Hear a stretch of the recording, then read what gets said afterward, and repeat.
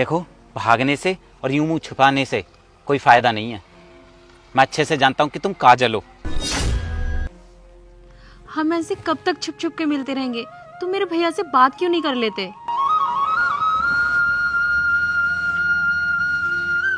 कर लूंगा यार, लेकिन अभी नहीं, क्योंकि अभी मैं पढ़ाई कर रहा हूँ।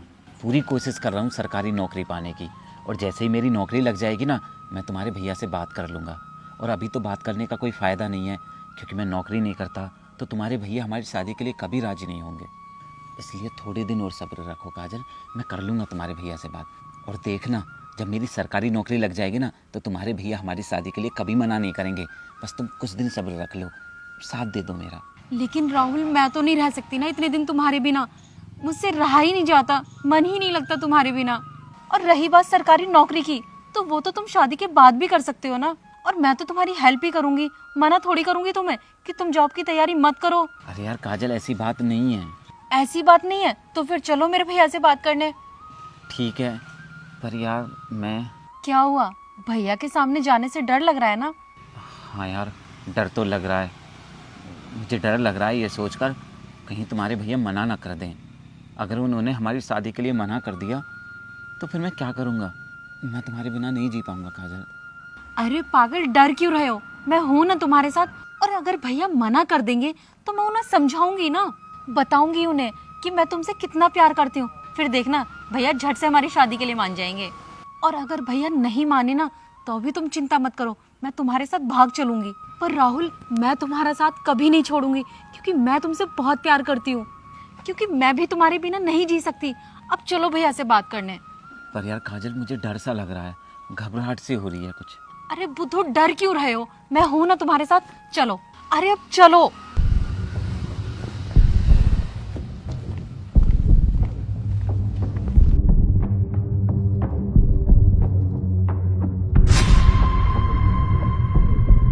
अरे हाँ हाँ, तुम चिंता मत करो, तुम रिश्ता पक्का ही समझो। राहुल, तुम यही रुको। भैया, ये तेरे लिए ही आए हैं, ये तुझसे शादी करना चाहते हैं। मुझे तो ये पसंद है, अब तेरी मर्जी क्या है तू और बता दे। वैसे मैं बता दूं, ये बहुत बड़े डॉक्टर हैं और इनके दो दो हॉस्पिटल भी हैं। और हाल ही में ये कंपनी भी खोलना चाहते हैं दवाइयों की। बहुत अमीर है ये, सोच ले मेरी बहन, बहुत खुश रहेगी तू इनके साथ। और हाँ काजल, ये मत सोचियो मैं तुझे फोर्स कर रहा हूँ, शादी तेरी वहीं होगी जहाँ तू चाहेगी। भैया, आपने मेरे लिए इतना कुछ किया है, हमेशा मेरा भला ही चाहा है। और इतना अच्छा पैसे वाला लड़का मेरे लिए पसंद किया है। ऐसा लड़का तो मैं खुद भी नहीं ढूंढ पाती। इसलिए भैया, आप जैसा चाहेंगे मैं वैसा ही करूँगी। मुझे ये पसंद है। अगर आपको ये पसंद है और आप चाहते हो कि मैं इनसे शादी करूँ, तो मैं भी इनसे शादी करने के लिए तैयार हूँ। आखिर आपने मेरे लिए इतना हैंडसम, इतना सुंदर लड़का जो चुना है, तो भला मैं इनसे शादी करने के लिए मना कैसे कर सकती हूँ? सुन लिया आपने? अब तो खुश हो ना? मेरी बहन भी आपसे शादी करने के लिए तैयार है। मुझे तो आप पहले ही पसंद थे, मेरी बहन को भी पहली नज़र में पसंद आ गए। हो ही आप इतने हैंडसम। आप दोनों की जोड़ी अक्षय कैटरीना से भी बढ़िया लगेगी। मेरी मानो तो एक फोटो और करा लो आप दोनों, आखिर सभी को दिखाना भी तो है। इतना बढ़िया लड़का ढूंढा है मैंने। हाँ भाई साहब, मैं तो कहने ही वाला था, एक फोटो करा दो, बढ़िया लगेगा। आइए खड़े होइए, बहन तू भी साथ में खड़ी हो।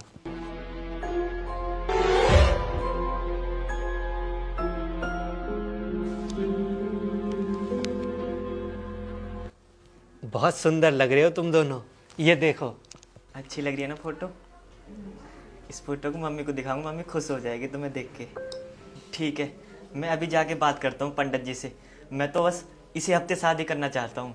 ठीक है, अब तुम जाओ, पंडित जी से शुभ मुहूर्त निकलवा लो।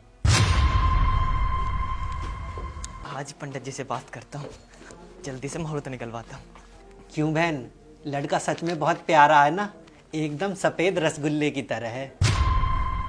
तेरी तो किस्मत ही जाग गई ये लड़का पाकर। हाँ भैया, सच में बहुत प्यारा लड़का है। और सबसे बड़ी बात तो ये है कि वो बहुत सारा पैसा कमाता है। बहन, ये लड़का कौन है? अरे ये तो रास्ता भूल गया था, तो रास्ता पूछने के लिए आया था। अच्छा ठीक है, मैं बता कर आता हूँ। हाँ भैया, कहाँ जाना है तुम्हें? कहीं नहीं भैया, वो मुझे याद आ गया, मैं खुद चला जाऊंगा। बड़ा अजीब इंसान है। काजल, क्यों किया तुमने मेरे साथ ऐसा? क्यों दिया तुमने इतना बड़ा धोखा मुझे? जब तुम्हें मुझसे शादी करनी ही नहीं थी तो फिर मुझसे शादी के वादे क्यों किए थे? बताओ मुझे। हाँ तो राहुल, और क्या करती मैं? अच्छा तुम ही बताओ, तुम्हारे सामने दो नोट हैं, एक 100 का और एक 500 का, और उनमें से मैं तुम्हें एक नोट चुनने को बोलूं तो तुम कौन सा चुनोगे? जाहिर सी बात है 500 का ही चुनोगे ना। तो काजल, तुम कहना क्या चाहती हो कि मैं तुम्हारी नजरों में 100 का नोट हूँ? हाँ, दीपक के सामने तो तुम कुछ ऐसा ही समझ लो। कहाँ वो और कहाँ तुम। वो इतना बड़ा डॉक्टर है, 2-2 हॉस्पिटल है उसके पास, इतना सारा पैसा कमाता है, और तुमसे तो लंबा भी है वो और हैंडसम भी। और मुझे पता है कि वो मुझे किसी भी चीज की कमी महसूस नहीं होने देगा। मैं उसके साथ पूरी जिंदगी खुश रहूंगी। तो तुम्हें क्यों जलन हो रही है? और तुम ही तो बोलते थे कि मेरी खुशी में ही तुम्हारी खुशी है, और अब तुम चिढ़ रहे हो मेरी खुशियों से। और तुम खुद ही सोचो, तुम्हारे पास पढ़ाई करने तक के लिए भी पैसे नहीं है, तो कहाँ से लगाओगे सरकारी नौकरी? 2 वक्त की रोटी भी ठीक से नहीं खिला पाओगे तुम मुझे, तो क्या भलाई है तुमसे शादी करने में मेरी? गरीब हो तुम, और कोई सरकारी वरकारी नौकरी नहीं लगेगी तुम्हारी, भूल जाओ। लग जाती तो मैं तुमसे शादी जरूर कर लेती, लेकिन अब नहीं कर सकती। यार काजल, ये बात तो तुम्हें मुझसे प्यार करने से पहले ही पता थी ना। और रही बात अमीरी और गरीबी की, तो ये बात तो जरूरी नहीं है ना कि मैं पूरी जिंदगी ही गरीब रहूं। देखो काजल, मैं दिन रात बहुत मेहनत कर रहा हूँ, और देखना तुम, जल्दी ही मेरी सरकारी नौकरी लगेगी। क्योंकि काजल, मेहनत करने वालों की कभी हार नहीं होती। बस प्लीज तुम मेरा साथ दे दो, देखना तुम जरूर मेरी किस्मत बदलेगी। यार राहुल, एक बात बोलूं, हमें ना सपने अपनी औकात के हिसाब से देखने चाहिए। 2 टाइम की रोटी तो मिलती नहीं है तुम्हें, नौकरी क्या खाक मिलेगी? और रही बात शादी की, मैं तो तुमसे शादी करना चाहती थी, इसीलिए तो भैया के पास तुम्हें लेके गई थी। और वहाँ जाकर मेरी किस्मत इस तरह से बदलेगी, ये मुझे थोड़ी पता था। इतना अमीर लड़का, और जो कि देखने में तुमसे ज्यादा हैंडसम भी है, घर पे मेरा इंतजार कर रहा है। तो तुम ही बताओ, मैं इतने अमीर, पढ़े लिखे और हैंडसम लड़के को कैसे मना कर सकती हूँ? सही है काजल, सही है। मैंने तो आज तक सिर्फ सुना था कि कुछ लड़कियां पैसे देखकर लड़के से शादी करती हैं, लेकिन आज देख भी लिया। और तुम बहुत किस्मत किस्मत कर रही हो ना, तो मेरी बात ध्यान रखना, किस्मत का कोई भरोसा नहीं होता है, कब किसकी किस्मत पलट जाए। क्योंकि किस्मत एक ही सेकंड में उलट भी जाती है और पलट भी जाती है। देखो, मेरी किस्मत तो चमक गई, अब तुम मुझे बुलाकर अपने जैसी किसी गरीब लड़की से शादी कर लो, क्योंकि अब तुम्हारी औकात नहीं है मुझसे शादी करने की। और हाँ, शादी में जरूर आना, दावत खाने के लिए कार्ड भेज दूंगी तुम्हें। काजल, काजल, मेरी बात सुनो प्लीज, मुझे ऐसे छोड़कर मत जाओ प्लीज।